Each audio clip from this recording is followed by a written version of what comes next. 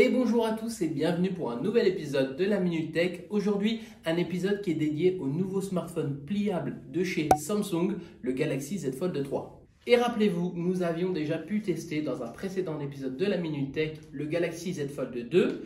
Maintenant, on a une version qui est améliorée. On va voir quand même quelles sont les différences. Est-ce que le Galaxy Z Fold 3 est vraiment mieux? On voit ça tout de suite et on commence avec le design.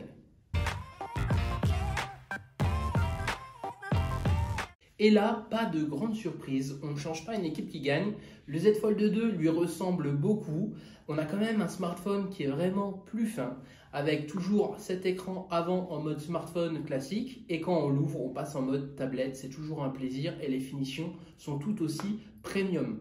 Après, au niveau du module arrière, il n'y a pas trop de changements, c'est assez classique, mais c'est vraiment bien réussi. Côté couleur, moi je suis très agréablement surpris. On a maintenant un noir black, donc c'est Phantom Black au niveau de la dénomination. On a aussi un Phantom Green qui est une couleur un peu plus militaire. Et on a le Phantom Silver qui est en fait simplement un genre de silver blanc, mais ça tire plus un peu par le blanc. Mais en tout cas, regardez cette couleur mat à l'arrière et brillant sur la face avant. C'est très beau, c'est très réussi, ça fait très premium. On voit bien que l'arrière mat aussi, c'est très plaisant pour les traces de doigts. Donc ça, c'est un petit détail à ne pas louper. Là, j'ai le smartphone en main et franchement, on voit une nette différence par rapport au poids aussi. 271 grammes, 10 grammes de moins que sur le Z Fold 2. C'est vraiment très agréable. On sent que le téléphone est plus léger et c'est assez massif comme téléphone. Donc forcément, c'est plus agréable quand c'est plus léger.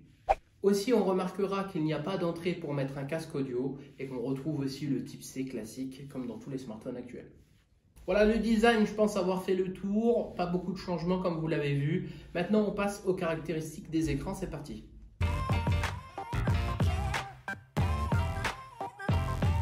Donc l'écran mode smartphone classique est en 6,2 pouces AMOLED en HD+. Alors là, pas de changement par rapport au Z Fold 2 toujours. On retrouve aussi la petite encoche en haut, toujours très agréable et très fin.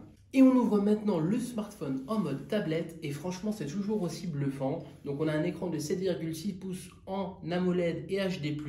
Au niveau de la qualité, contraste et luminosité, franchement je n'ai rien à redire. On a aussi le 120 Hz en fréquence d'affichage et ça apporte vraiment de la fluidité et ça va être utilisé pour beaucoup